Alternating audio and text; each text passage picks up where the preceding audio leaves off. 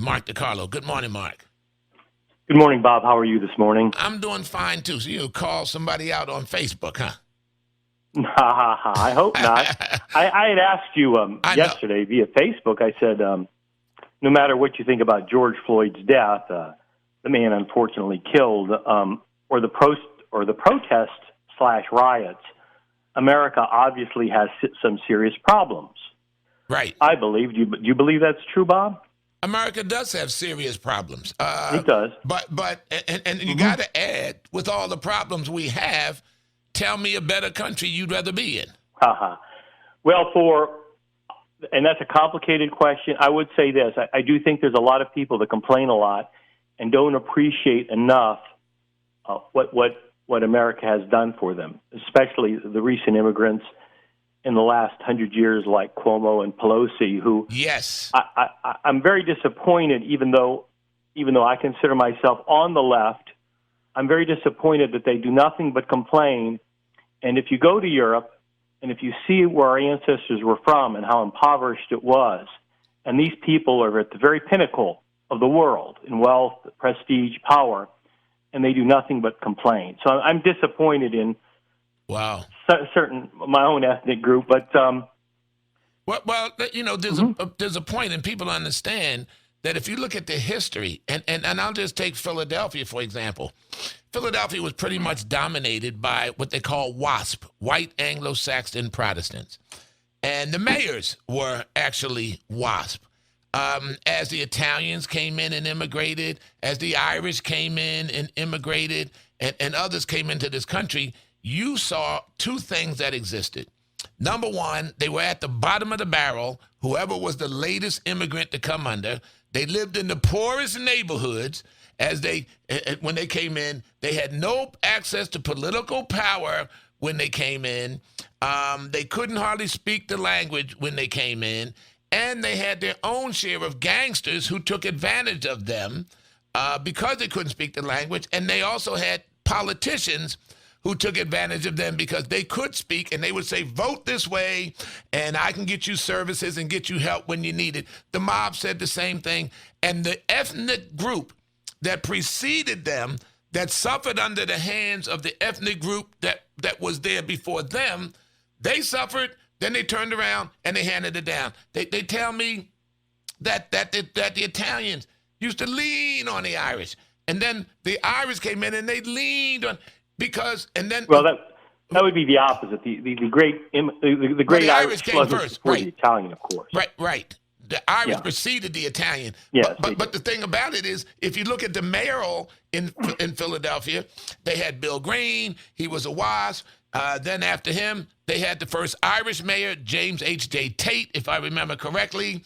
And then after him, they had an Italian, Frank L. Rizzo. And then after him, they had black and had like 4 blacks in a row. So as each ethnic group increased, grew up in power and strength of system and all that, that was the rite of passage for every ethnicity. It seemed that way. Yes, it did. And I don't think complaining is going to do anything about it. Well, how do you complain when, like you say, you've reached the pinnacle of power? Yes. Pelosi and Cuomo and Cuomo's brother, they reached the pinnacle of power and success in this country, and I do not believe it would have been possible in, as we used to say, the old country or in Europe. Yeah, we do nothing, and they do nothing but complain. So even this Kaepernick, blacks have some legitimate points. But like I said, with Mr. Kaepernick, this football player, I said to several people, I said, where's the gratitude? Mm-hmm. Where else in the world could he have this much money and power and prestige? And he does nothing but complain. And I know we have some issues to deal with. And he was raised by a white family. Yes, he was. He had many advantages, as did Barack Obama. And I kind of wanted to speak, the problems. Is it with the police or is it with the rioters? What problems did we have with the police? What problems do we have with the protests or the rioters?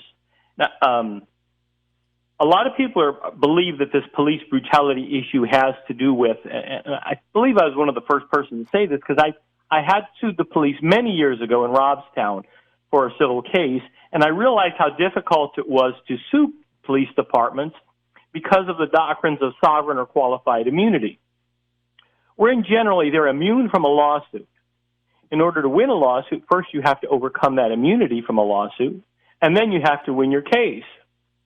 Now, one thing that hasn't been intelligently discussed, I don't think, regarding those kind of lawsuits is, are the courts fair if you file a lawsuit against the police department?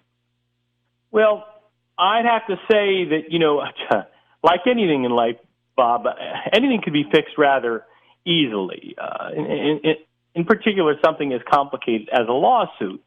And I thought before, rightly or wrongly, and this is a lot for me to say because I'm still practicing, of course, sometimes I've thought before, I go, well, go to court, say criminal defense attorney, or you're suing the police department. Well, the judges, they work for the county. They work for the state. Who do the police officers? They work for the city. They work for the county, the probation department, the DAs. So they're all, I'm not saying they're in it together, but naturally they're going to perceive each other, I think, in a rather sympathetic light. We're all government employees. How bad could this man be? I see this person every day in court. So I think that there's structural issues regarding, besides the legal issues, in terms of holding the police accountable. There's obviously, too, one of the issues that has come to the fore is I don't know personally that I believe that a civil servant who's protected by the civil service should also be unionized, but it's very common now, right? The teachers and the police officers. So they have the civil service protection, then they have the union protection, and that's pretty tough too, because lawyers are provided for free.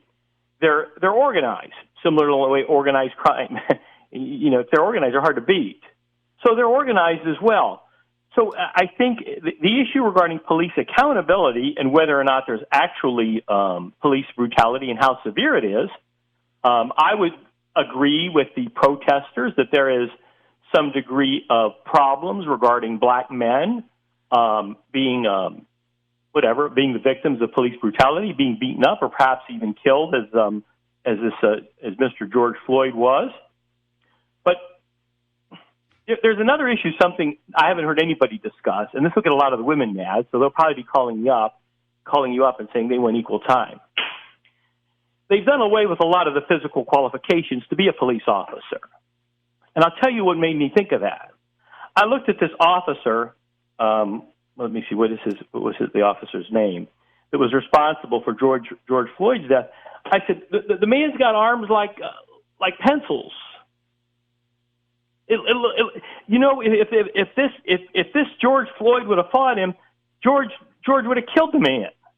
I said, what kind of officer is this? It looks like he can't even handle himself. And I'm thinking right away, well, why is that? Well, they did away with a lot of the physical qualifications in order that women could qualify for this very physical job. Now, that's something you're not supposed to say. But to me, it's common sense. I mean, how much in fear could you be of a man? How big of a coward could you be that you're afraid of a man that is handcuffed? There's three officers. You got a gun. You got a taser. How afraid could you be that you would have to act in that capacity? So I'm wondering if our actual officers, hey, that job is a rough job. You better be ready to go if you want that job. It's not a job for cowards. Now, related to that is another issue. They've passed these laws that if you touch an officer, unlike a typical assault, it's an aggravated assault. You can't touch that officer. And if you kill an officer, it's the death penalty. So they have put them on a higher plateau than the average citizen. Now, perhaps they thought they were doing something correct, but what does that make the officer think? Does that make them think, well, I'm better than the average citizen? My life is worth more. I have these additional protections. Whenever they pass these additional protections, I think it's a little bit questionable. I had some other issues too, but did you have any thoughts regarding some of those controversial ideas, Bob? We were talking about the police, I think, before we broke up, and I had thrown out some ideas regarding sovereign immunity, obviously unionization, the lowering of the police standards for the in order for women Fiscal to standards, right? Mm-hmm. obtain the jobs. Those are some of the issues that I thought that may have a point regarding how we got to this stage, and obviously we had talked about a little bit too about the fact that many of these laws were changed to make it more onerous or serious for one to hit an officer or to, God forbid, kill an officer. Well, Ruben sent a text. He said, geez, lumping peaceful protesters and rioters, so unfair. And then he said, Colin Kaepernick had a legitimate complaint, police brutality. You know. Well, I'll say this. I think they were protesters / rioters. They weren't separate. They were together. I mean, they're not. Some of the protests were totally peaceful, and some of them, and I don't know that some of them were totally, but they're lumped together. That's very unfortunate for them. Well, but the riots were real bad because there were working class people, just like many of the police officers are working class people that get hurt when someone else does something bad. So many of these people had small businesses, etc., and they were wiped out, financially devastated. That wasn't fair to them, so they are rioters and looters, and they did steal a lot. They tried to draw that dichotomy between the peaceful protesters and the rioters, but they never want to say that the rioters took control of the peaceful protests and helped turn it into a riot. I think we were talking the other day, somebody said a guy was walking along, and he might not have thought about robbing or looting and stealing, and all these people came out, and the last minute he did it. Was it inherent in his nature? Was he just caught up in herd poisoning? I have some interesting asides on that. Go ahead. When I was a little boy is when, Martin Luther King, et cetera, and the riots were coming up. And, Martin Luther King is almost like kind of what you would say a secular saint in America now. But I remember at least 3 or 4 peaceful protests discussing this when I was a little boy with other people, that they started off peacefully as well, too, and turned into riots. Do you remember those, Bob? Yeah, I do. I do. I mean, that's what I remember it. Now, nobody wants to talk about it now because they like to rewrite history, and for whatever reason, perhaps the left and the right is trying to benefit from Dr. Martin Luther King's legacy. But that's the truth. And I remember distinctly what Dr. Martin Luther King would do. He would get in a limousine. He would take off once they started throwing rocks, right? Yeah, they get out of harm's way because they know that they had lost control. John sent a text. He said the Army did the same thing. They lowered the standards so that women could do the job. Michael, well, that's right. I believe that's true too. But we're not. That's a whole separate issue, and whether or not it has effects in our foreign policy and our wars, I don't know. We're talking specifically about this issue, which I think most people didn't want to bring up. He was just saying that it is relative, and it is relative because of certain things that you have to be able to do in combat, like pick up a fellow soldier and get them to safety. But it was just relative. I'm going to say something that you won't hear anybody say either. I've done Social Security disability for many, many years. And I'll have a woman come into my office and she'll say, she has these serious musculoskeletal problems. Mm-hmm. She can barely walk. And right away I know what occurred. She either did a very physically demanding job or she was very active in sports. Mm-hmm. And I've had this discussion, there's a physical difference between men and women. There's bone density, muscle mass, etc. And I remember not too long ago having a discussion with a woman attorney who I think well of. She said, I would tell my daughter or niece that she could do anything a man could do.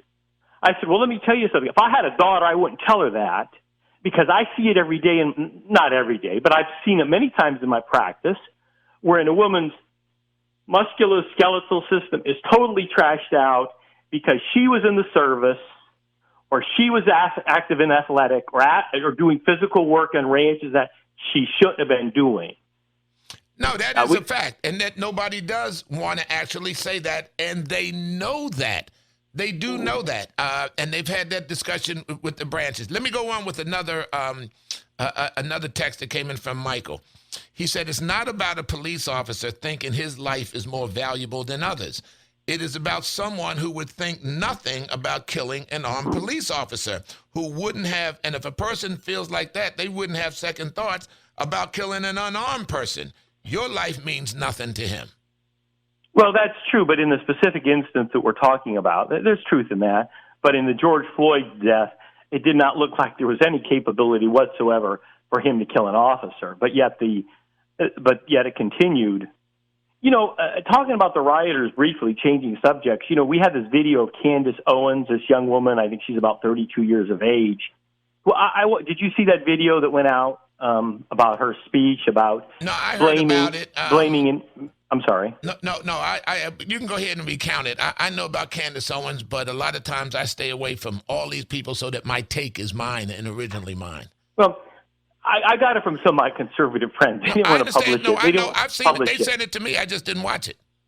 Well, I did watch it, and I was uncomfortable with what she was saying because much of what she was saying had to do with how bad the man who was tragically killed was, George Floyd's death. And he had a criminal record. He had drugs. He had. But she has taken a lot of heat from black conservatives for having done it and said it that way. You know what the black conservatives are saying about Candace Owens right now? No. They are saying that she is speaking harshly to an audience of white conservatives that are making their job to get blacks to leave the Democratic Party to come over to the Republican Party harder by seemingly insensitive to the thoughts and feelings of the black community. But I would agree with that because as I told came up at the office, I told my staff, I said whether or not he committed murder the year before, he served he got out of prison and he served his time for that. And that doesn't give him the right to treat him that brutally. And if they arrest him for passing a counterfeit bill, there's no death sentence attached to passing a counterfeit bill. No, and that's a whole other issue. Like the young man that was shot not too long ago for armed robbery. I believe he was perhaps Hispanic. He was running away. They shoot him in the back. Whether or not it was armed robbery or not, they should have let him go because you shouldn't be able to sentence someone to death even for armed robbery. If he gets away, he gets away, man. You're saying a fleeing felon? I think so, unless it's like a capital case. Maybe there was a murder committed, but I don't think you could sentence someone to murder even for armed robbery, and nobody was hurt in that particular case. That actually has to do a lot with what, in a more classical tradition of criminal law, mens rea. That's right. Mens rea means intent. And you studied this yourself. Yeah, mens rea. In the more classical tradition, which they've gotten away from, what did you intend to do, et cetera? And what they've done is they've made many of these crimes strict liability crimes.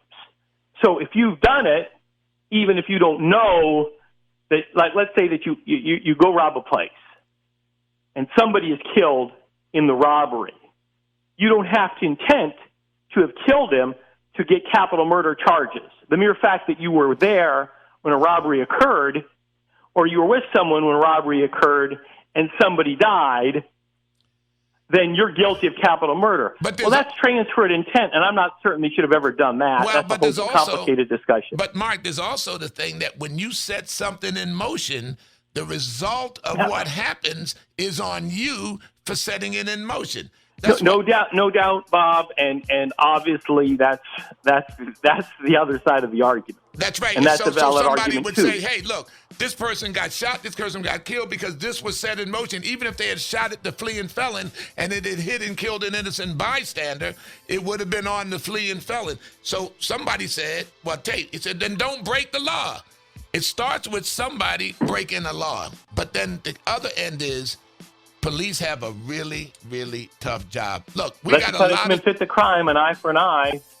Well, yeah, but Jesus said we no longer do an eye for an eye. He did say that. Or the whole world would be without eyes, right? And in the land of the blind, the one-eyed man is king. He's thrown out a lot of stuff to think about. Yes, Bob, and I don't mean to interrupt you, but I kind of wanted to talk about the the protesters and the rioters also, other than the police officers. Is that all right? Yeah. Although Michael just said you did Hmm. say that police think their lives are more valuable is one of the things that he said you said. But again, let's get I don't know. I didn't say that. I believe what I stated was that it gives them the idea that when their these lives are laws are more. out there to favor them that if you kill a police officer, it's automatic death penalty, or if you hit one, it's an aggravated assault rather than than an assault. I'm just saying that mankind being true in his nature, if these laws are passed, they may be more likely to think that. I don't know what they think, and it may not even have that effect. Okay, I'm gonna. Can I take a quick call? But let me play this first. Certainly. We're not going to make America great again. It was never that great. We're going to make America great again. It was never that great. We're not going to make America great again. It was never that great. Well, you know, And that's what you meant. An Italian but who's let him go back to Italy. Look, Italy is a nice country. It's got a lot of advantages. It's got free medical care. It's very beautiful architecture and all that. He could go back. He could leave. Who? yeah, but that puts a punctuation mark on your comment that people have come It does. here. It does. Risen. You know what Muhammad Ali said one time, the first time he went to Africa, and nobody jumped him for it back then. He said, looking at life in Africa and life in America, he said, I'm glad my granddaddy got on that boat. That's what I he didn't said. know that. That was interesting. I know Malcolm X, when he went to Africa, he changed his perspective markedly about America and racial relations. That's exactly right. They all did. You know, and I'm not putting down Africa either, because undoubtedly they have certain structural, historical issues. And a lot was colonization that helped do it. That's right. That's absolutely right. But I did want to address there's a bunch of issues regarding the rioters or protesters. There's this Antifa movement, which I knew little about and I kept hearing about. Communists. They're communists. Well, they say I do know this. One communists. of the things, I'm not that big a fan of the American Civil Liberties Union, but the American Civil Liberties Union put them down for causing violence, etc. So I thought to myself, they're pretty really bad. Yeah, they got to be really bad for the ACLU to say that. Well, that's what I kind of thought, because I disagree with the American Civil Liberties Union on certain of their issues regarding, civil liberties about transgenders and all that sort of thing. So, and then there's this issue regarding the George Soros Foundation and the rioters. How much is he funding, or the protesters? Black Lives Matter. Well, I was surprised. There is truth that he gave to many, about $33 million to many of the groups that were associated with the Black Lives Matter movement. And the Ford Foundation, in fact, which gave $19.6 million to Black Lives Matter. So when you're talking about giving a group millions of dollars, they got to spend it on something, I guess. Mm-hmm.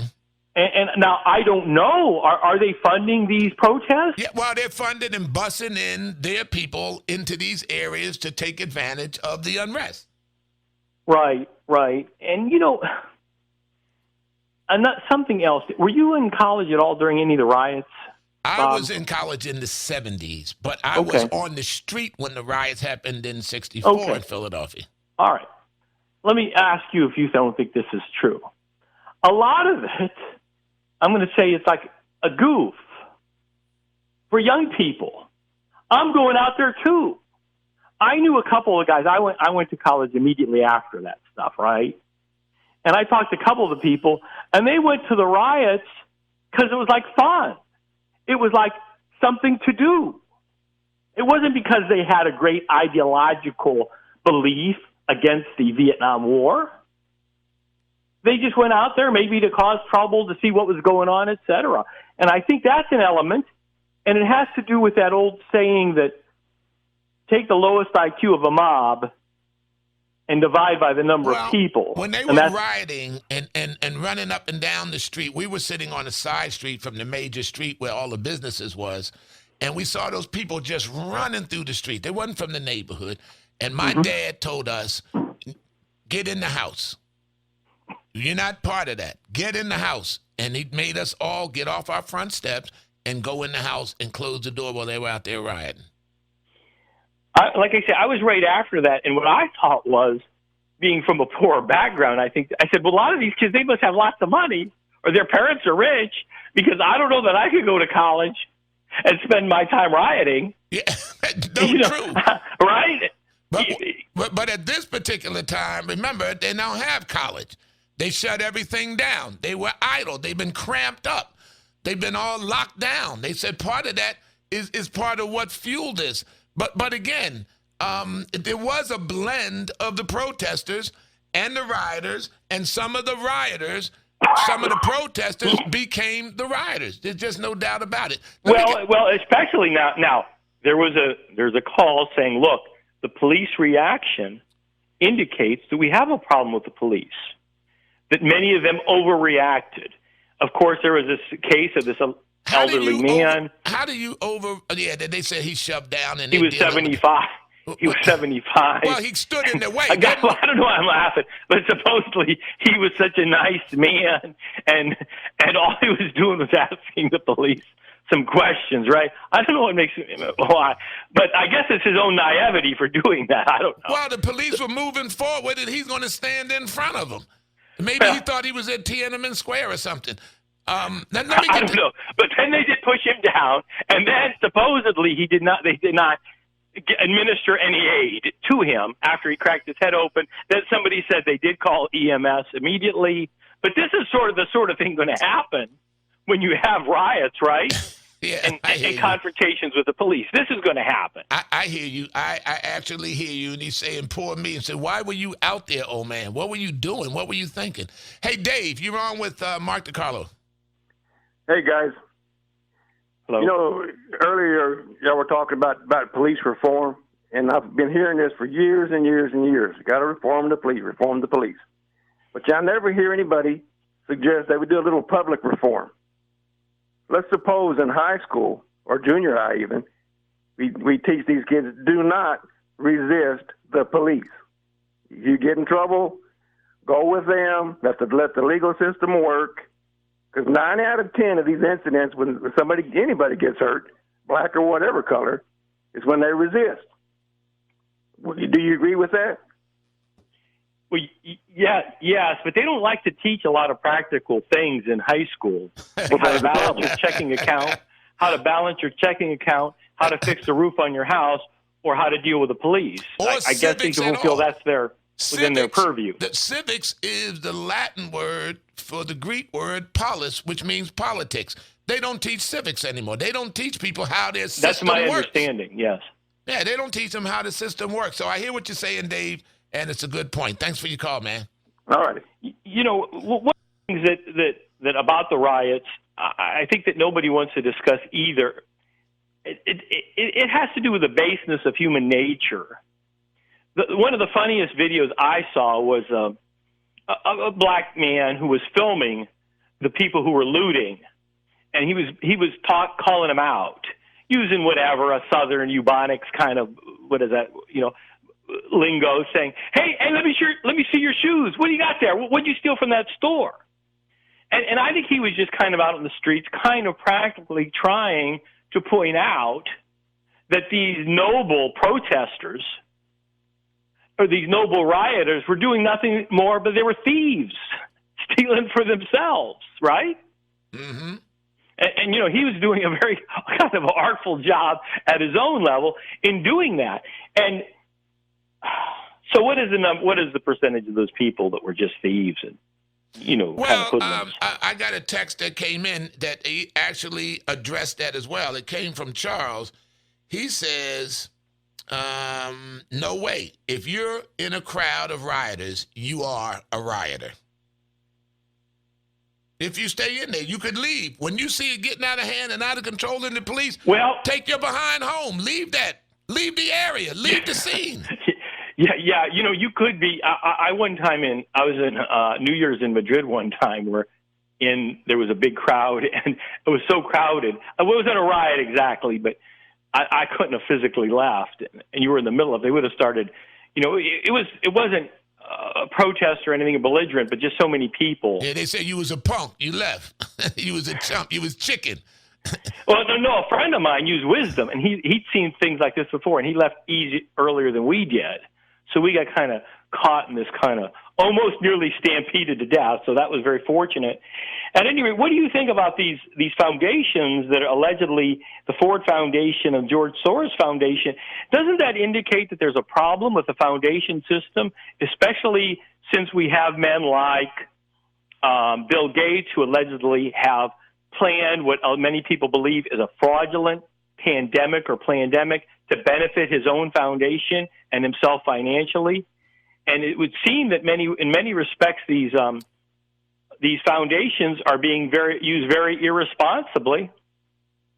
Do we need to change the law? I haven't heard anybody change the laws about the Bill and Hillary Foundation. Obama sets up a foundation. Do I believe that this is really for the good of the people, these foundations? Not really. The Rockefeller Foundation, Bill and Hillary, Obama. Nobody talks about looking at the laws on these foundations and the way they're using their money. Are they using it to fund pandemics? Are they using it to fund riots? Why is that? I don't know. That must really be a hot issue. CNN, Fox, I don't ever hear them address that. Do you? No. And when you talked about Cuomo and other minorities being here and complaining, this complaint. And his strong words, Reverend Wright can be a mesmerizing presence. The angels in heaven were singing, God never fails.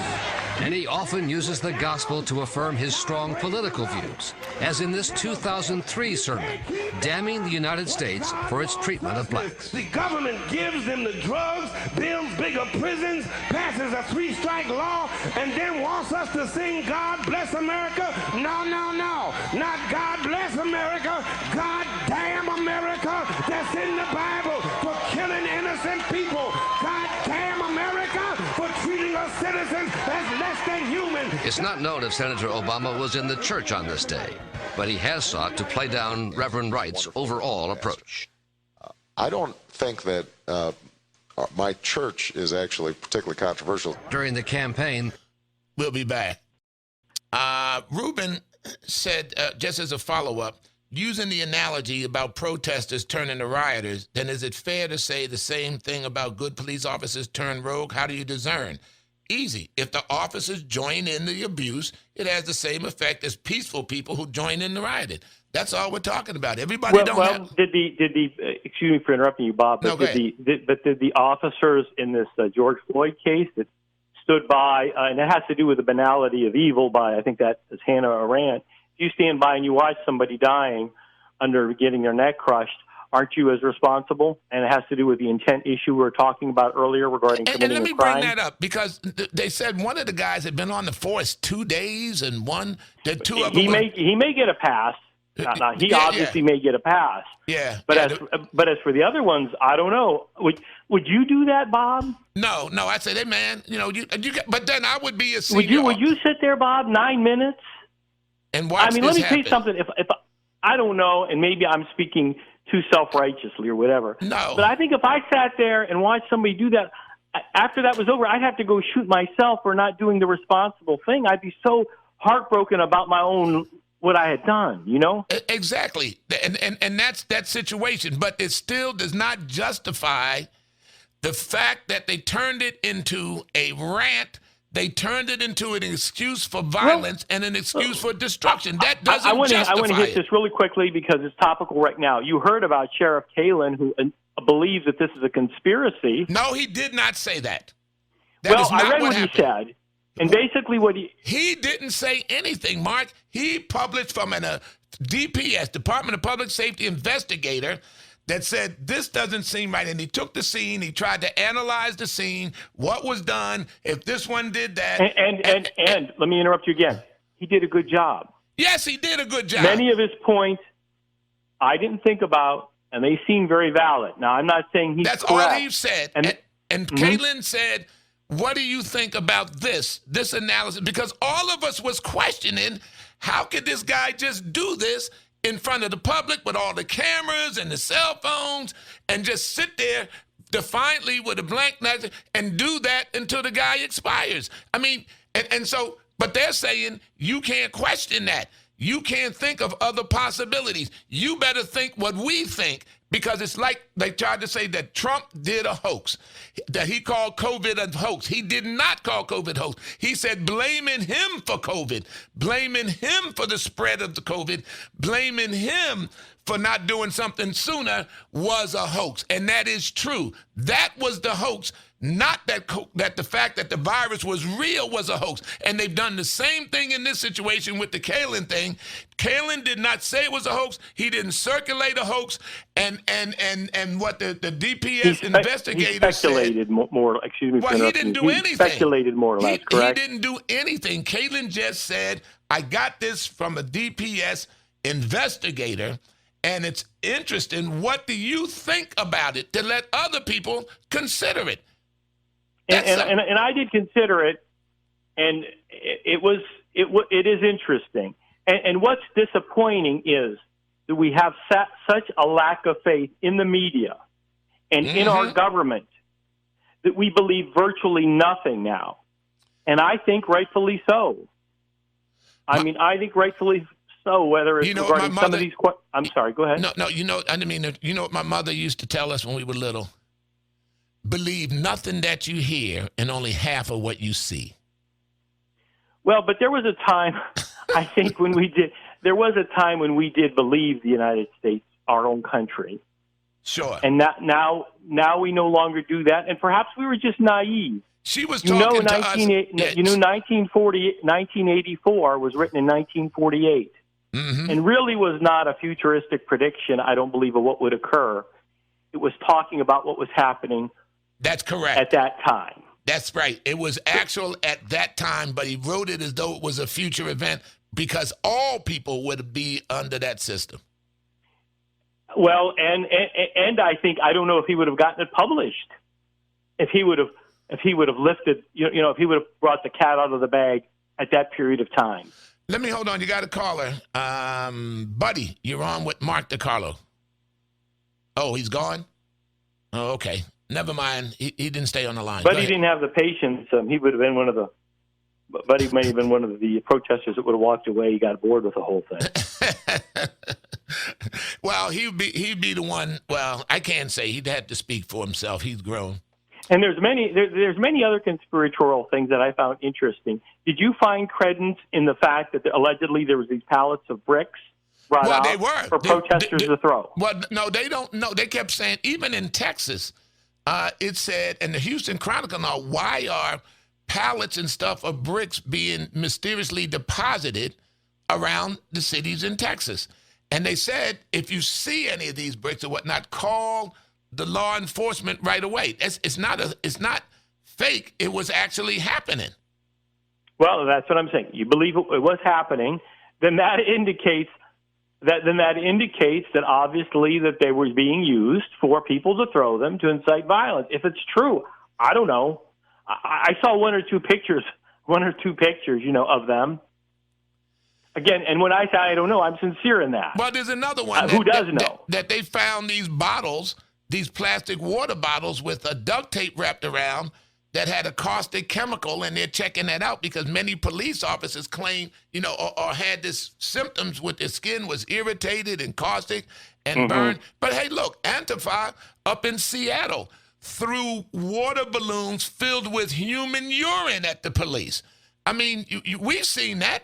These guys are nasty. These guys are violent. These guys want to overthrow the United States. And they melded in to this situation to take it violent. In fact, when the woman bishop of the church that they tried to burn down the night before, she had more to say about Trump walking across the street, standing on the public sidewalk in front of the church, holding a Bible. She had more negative to say than the police who went on that same sidewalk to the church with the intent of burning it down. And I thought that was terrible because the protesters did burn that church.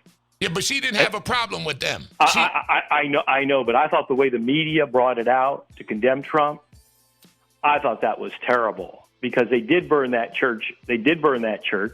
I don't know if they stole anything from that church.